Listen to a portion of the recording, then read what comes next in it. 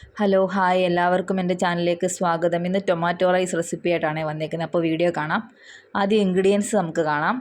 Ingredients ഞാൻ എടുത്തേക്കുന്നത് 2 glass basmati rice രാവിലെ വെള്ളത്തിലിട്ട് കുതിർത്ത് ഇപ്പോൾ തോരാൻ വെച്ചേക്കുവാണ്. അതിനുശേഷം മസാലകൾ, പിന്നെ മസാലക്കൂട്ട്, ഇഞ്ചി വെളുത്തുള്ളി പേസ്റ്റ്, തക്കാളി, സവാള ചെറുതായിട്ട് അരിഞ്ഞത്, മല്ലിയില, നെയ്യ്, സൺഫ്ലവർ ഓയിൽ. കുക്കർ അടുപ്പത്ത് വെച്ച് സൺഫ്ലവർ ഓയിലും നെയ്യും ഒഴിച്ചിട്ട് സ്പൈസസ് ആദ്യം ഒന്ന് മൂപ്പിച്ചെടുക്കാം. അതിനുശേഷം സവാള ഇട്ട് കൊടുക്കണം. 1 പച്ചമുളകേ ഞാൻ എടുത്തിട്ടുള്ളൂ. മക്കൾക്ക് എരിവ് വേണ്ട, അതുകൊണ്ടാണ് പച്ചമുളക് 1 എടുത്തത്. ഇന്ന് ഉച്ചയ്ക്ക് അവർക്ക് സ്കൂളിൽ കൊണ്ടുപോകാനായിട്ടാണ് ഞാനിത് തയ്യാറാക്കുന്നത്. അവർക്ക് എരിവ് അധികം ഇഷ്ടമല്ലല്ലോ, എരിവ് കൂടിയാൽ കഴിക്കത്തുമില്ല. അത് വഴണ്ടി വരുമ്പോഴത്തേക്കും അതിനകത്തേക്ക് ഉപ്പ് ചേർക്കണം. ഉപ്പ് ചേർത്താൽ നമുക്ക് സ്പീഡിലൊന്ന് പെട്ടെന്ന് വഴണ്ടി കിട്ടുമല്ലോ. ഉപ്പ് ചേർത്ത് കഴിഞ്ഞ് വഴറ്റി വരുമ്പോഴത്തേക്കും ഇഞ്ചി വെളുത്തുള്ളി പേസ്റ്റ് ഇടണം.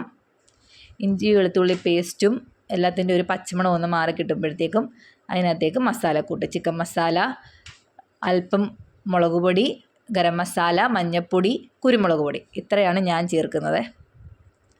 ഇത്രയും ചേർത്ത് നന്നായിട്ട് വഴറ്റി കഴിയുമ്പോൾ അതിനകത്തേക്ക് തക്കാളി ചേർത്ത് കൊടുക്കും.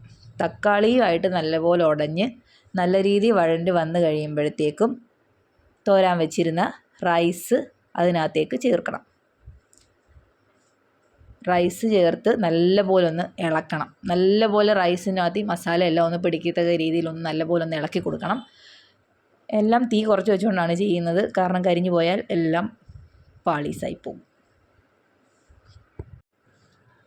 എൻ്റെ മക്കൾക്ക് ഇതൊക്കെ ഭയങ്കര ഇഷ്ടമാണ്. കാരണം രാവിലെ എന്തുണ്ടാക്കാമെന്ന് നോക്കുമ്പോൾ പെട്ടെന്ന് നമുക്ക് മനസ്സിൽ വരുന്ന കുറച്ച് കാര്യങ്ങളാണല്ലോ. ഞാൻ കാണിച്ച എഗ് റൈസ് ആണെങ്കിലും ടൊമാറ്റോ റൈസ് ആണെങ്കിലും എല്ലാം പിള്ളേർക്ക് ഭയങ്കര ഇഷ്ടമാണ്. അവർ നിറച്ച് കഴിക്കും. ചിലപ്പോൾ തൈര്, പപ്പടം, ചിലപ്പോൾ രസം ഇതിൻ്റെ കൂടെ കഴിക്കാം, അച്ചാർ, എന്താണോ അന്ന്. ചിലപ്പോൾ ഒന്നും കൊണ്ടുപോകത്തില്ല, ഇത് മാത്രം കൊണ്ടുപോയിട്ട് കഴിക്കും. സവാള അരിഞ്ഞിട്ട് കൊടുത്താൽ ഇതിൻ്റെ കൂടെ നല്ല ഇഷ്ടമായിട്ട് അവർ കഴിക്കും. അരിയെല്ലാം ഇട്ട് നന്നായിട്ട് ഇളക്കി യോജിപ്പിച്ച്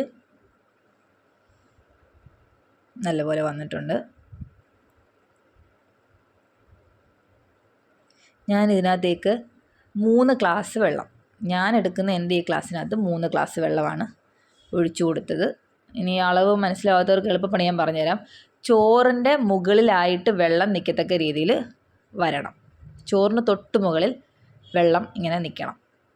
അതാണ് അതിൻ്റെ ഒരു കറക്റ്റ് പരുവം. അളവ് ശരിയായാലും ഇത് ഓർത്താൽ മതി. ചോറിന് മുകളിൽ വെള്ളം നിൽക്കണം. അത് കഴിഞ്ഞ് അല്പവും കൂടി ഉപ്പ് ചേർത്തു, കാരണം ചോറിന് ഉപ്പ് വേണമല്ലോ, ഇത് നമ്മൾ വേവിക്കാത്ത റൈസല്ലേ. അത് കഴിഞ്ഞ് മല്ലിയില എല്ലാം ചേർത്ത് തിള വരുമ്പോഴത്തേക്കും അല്പം നെയ്യും കൂടെ ചേർത്തിട്ട് ഇത് അടച്ച് വെച്ച് വേവിക്കണം. ഞാൻ ഒരു വിസിലും ഒരല്പ നേരവും കൂടെ വിസിൽ നീട്ടി വെച്ചിട്ട് ഞാൻ ഓഫ് ചെയ്ത് വെക്കും. കാരണം പെട്ടെന്ന് തുറക്കുമല്ലോ രാവിലെ. എല്ലാം ആയിട്ടുണ്ട്. കുക്കർ തുറന്ന് നോക്കാം. സൂപ്പറായി. ഇനി ഇത് മക്കൾക്ക് വിളമ്പി കൊടുത്ത് അവർ കഴിച്ച് അവരുടെ അഭിപ്രായം കൂടെ കേൾക്കാം. അവർക്ക് ഇഷ്ടമാണ്, അവരെപ്പോഴും കഴിക്കുന്നതാണ്, അതുകൊണ്ട് അഭിപ്രായമായിട്ട് പറയാനില്ല. രണ്ടുപേരുടെ കഴിക്കട്ടെ. അപ്പോൾ വീഡിയോ കണ്ട് ഇഷ്ടപ്പെട്ടാൽ എല്ലാവരും ലൈക്ക് ചെയ്യണം, സബ്സ്ക്രൈബ് ചെയ്യണം, സപ്പോർട്ട് ചെയ്യണം. എന്തെങ്കിലും മിസ്റ്റേക്കുകൾ ഉണ്ടെങ്കിൽ അത് കമൻ്റായിട്ട് അറിയിക്കണം. അപ്പോൾ അടുത്ത വീഡിയോ ആയിട്ട് കാണാം. ടാറ്റാ.